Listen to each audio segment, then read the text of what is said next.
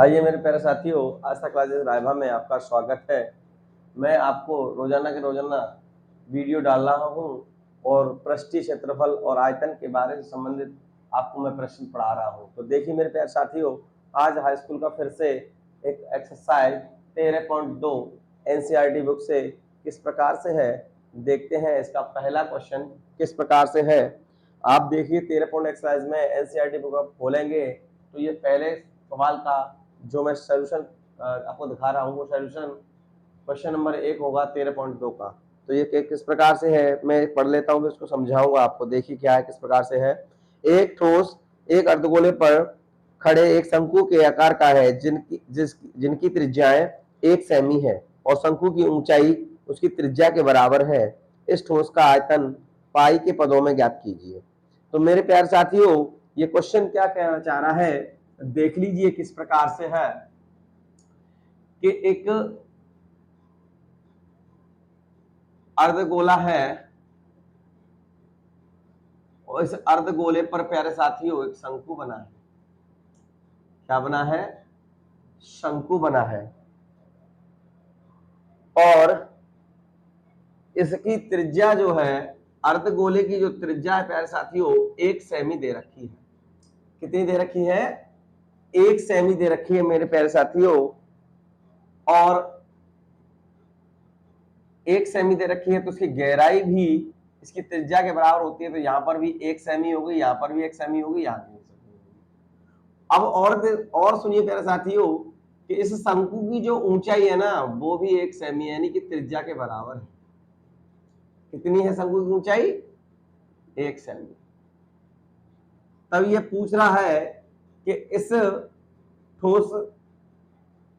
ठोस का हमें आयतन पाई के पदों में ज्ञात करना है। इस ठोस का जो आयतन है वो हमें पाई के पदों में ज्ञात करना है। ठोस का आयतन क्या होगा जरा देख लेते हैं। प्यारे साथियों, सबसे पहले यहां यह देखिए कि ये जो ठोस है किस चीज से मिलकर बना है। मेरा कहने का मतलब यह है कि इसमें कौन कौन से आपके आकृति लगी हुई है। तो मैं नीचे देख रहा हूं कि अर्धगोला है और ऊपर देख रहा हूं आपका शंकु है। तो प्यारे साथियों, मैंने आपको इसकी त्रिज्या 1 बता ही दी। त्रिज्या मैंने इसकी 1 बताई दी, ऊंचाई भी त्रिज्या के बराबर है तो वो भी 1 सेमी है। तो प्यारे साथियों, शंकु का आयतन क्या होता है? तो प्यारे साथियों, शंकु का आयतन पाई आर स्क्वायर एच बटे 3 होता है। शंकु का आयतन प्यारे साथियों पाई आर स्क्वायर एच अपॉन 3 होता है। इसी प्रकार से अर्धगोले का आयतन 2/3 पाई आर क्यू होता है। कितना है? 2/3 पाई आर क्यू अर्धगोले का आयतन होता है। अब देखिए मेरे प्यारे साथियों, यहां पर केवल और केवल आर और एच के मान रखने हैं, सो उसके बाद हमारा आंसर आ जाएगा। तो किस प्रकार से पाई के स्थान पर पाई, आर के स्थान पर 1 का स्क्वायर और एच के स्थान पर भी 1 बट्टे में 3 और यहां देखें तो 2/3 साथ में पाई आर की वैल्यू 1 का क्यूब। प्यारे साथियों, यहाँ पाई का मल्टीप्लाई 1 में करेंगे कोई फर्क नहीं पड़ेगा, 1 का स्क्वायर करेंगे फिर भी कोई फर्क नहीं पड़ेगा। तो यहाँ पर पाई इंटू 1/3 हो जाएगा और यहाँ पर भी 1 का क्यूब करेंगे कोई फर्क नहीं पड़ेगा, यहाँ पर 2 पाई/3 हो जाएगा। और देखें मेरे प्यारे साथियों, पाई का मल्टीप्लाई 1 में करेंगे तो पाई/3 हो जाएगा, यहाँ पे 2 पाई/3 हो जाएगा। आधार जब समान हो तो प्यारे साथियों, ये आधार जो है, हर जो है वो समान है तो ऊपर के जो अंश हैं वो जुड़ जाएंगे। कितने हो जाएंगे? 3 पाई हो जाएंगे। 3 से 3 कट जाएगा, पाई बचेगा और यही प्यारे साथियों आपका आंसर है घन सेमी। ठीक है प्यारे साथियों, यही आपके इस क्वेश्चन का आंसर है। कैसा लगा मेरा आंसर? देखिए, नोट करिए और आगे एक और सवाल देखते हैं इसी प्रकार से। देखिए किस प्रकार से।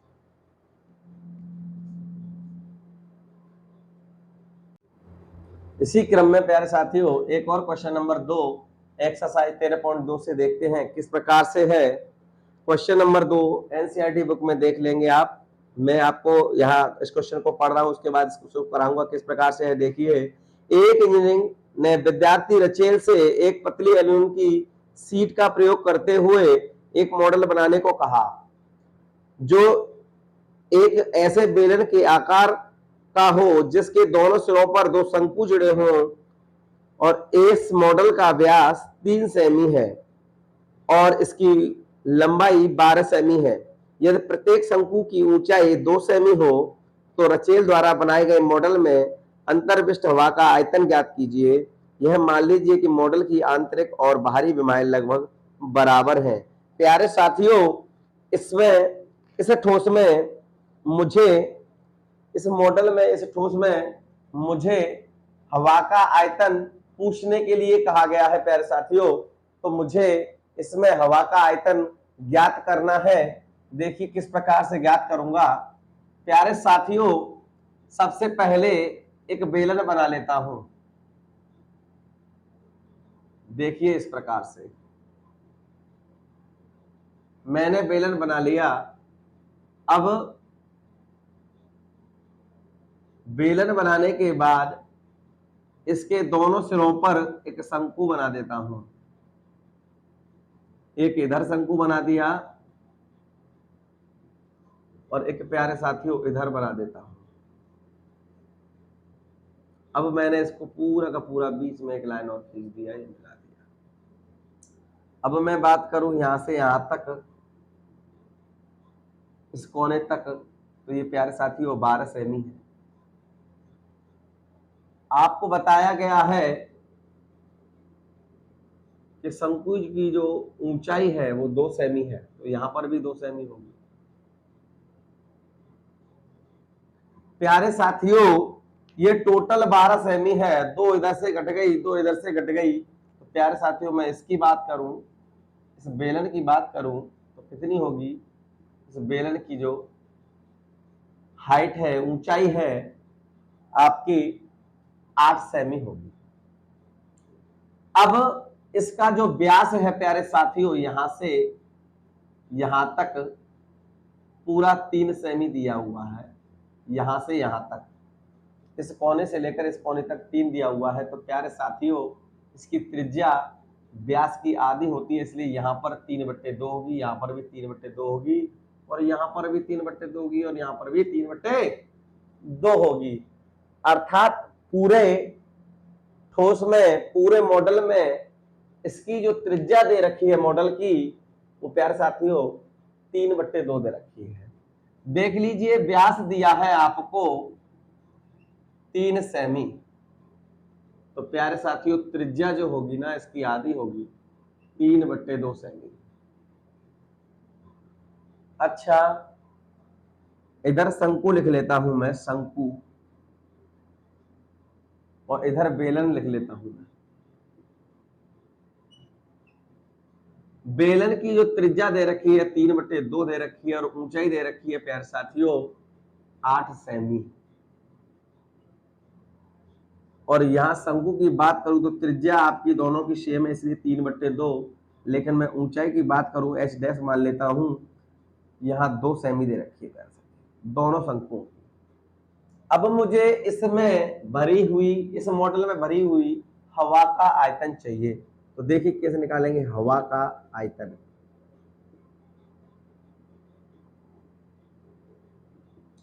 देखिए मेरे प्यारे साथियों, एक शंकु का आयतन πr²h होता है।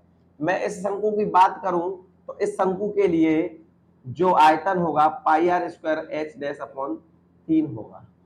बीच में बेलन आ गया तो बेलन का लगा दिया πr²h, और प्यारे साथियों फिर कोने पे हमारे पे शंकु आ गया तो फिर वही लगा दिया πr²h-3।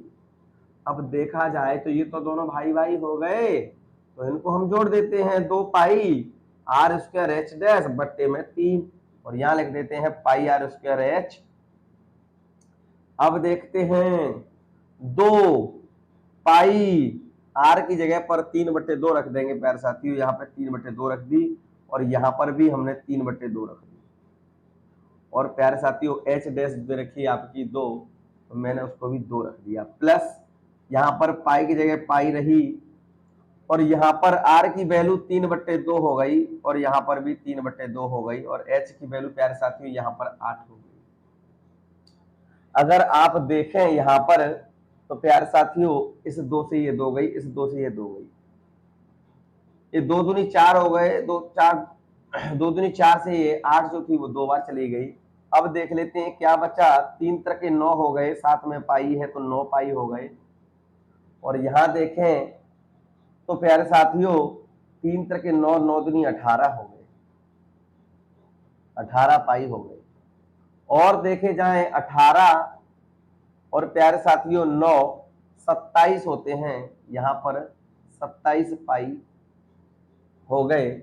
इस प्रकार से यहाँ पर आपका आंसर हो गया।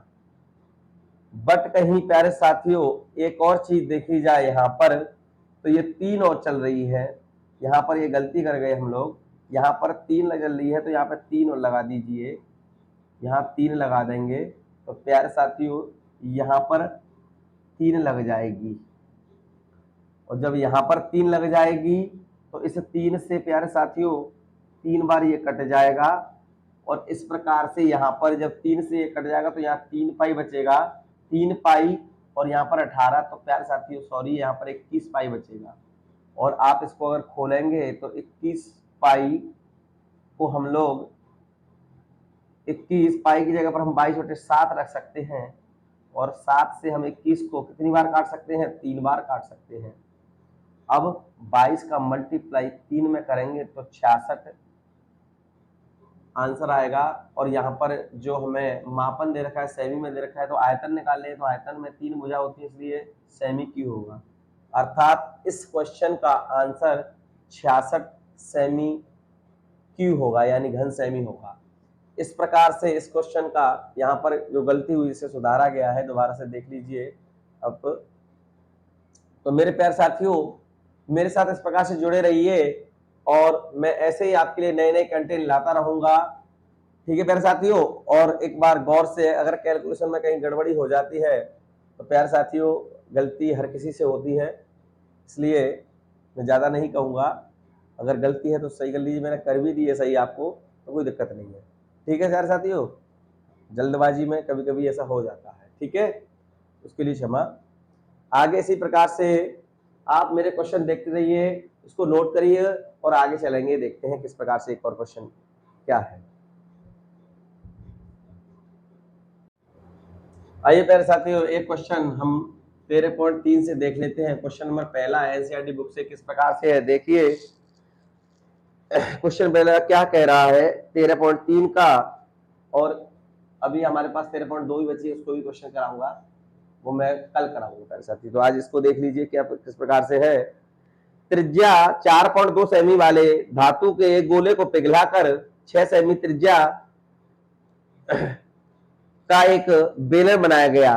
तो प्यारे साथियों इस बेलन की मुझे ऊंचाई निकालनी है, किस प्रकार से ऊंचाई होगी। प्यारे साथियों देखिए इसमें फिगर का बहुत बड़ा योगदान है। अगर आपको फिगर बन जाएंगे और किस प्रकार से अगर फिगर को समझ जाएंगे तो मैं गारंटी से कह रहा हूं कि आपके जो आयतन के जो सवाल हैं, पृष्ठीय क्षेत्रफल के जो सवाल है ना, वो बहुत आसान हो जाएंगे। तो देखिए 13.3 का पहला सवाल किस प्रकार से है। ये गोला दिया हुआ है, ये गोला दिया हुआ है, इसकी जो त्रिज्या दे रखी है प्यारे साथियों 4.2 सेमी दे रखी है और इसके पिघलाने से हमें एक बेलन बनाया गया, हमने इसका एक बेलन बनाया प्यारे साथियों, इस प्रकार से बेलन बन गया।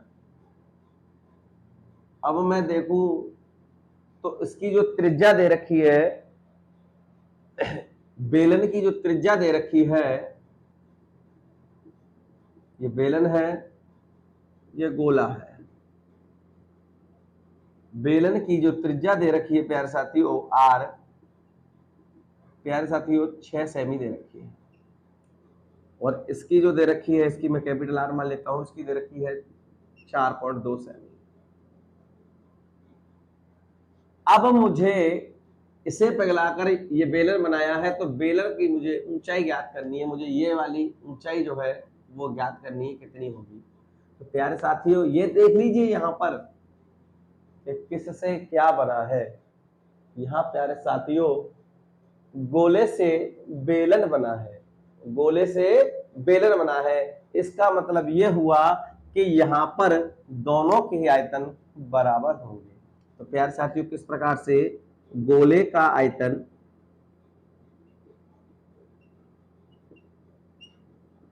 बराबर बेलन का आयतन,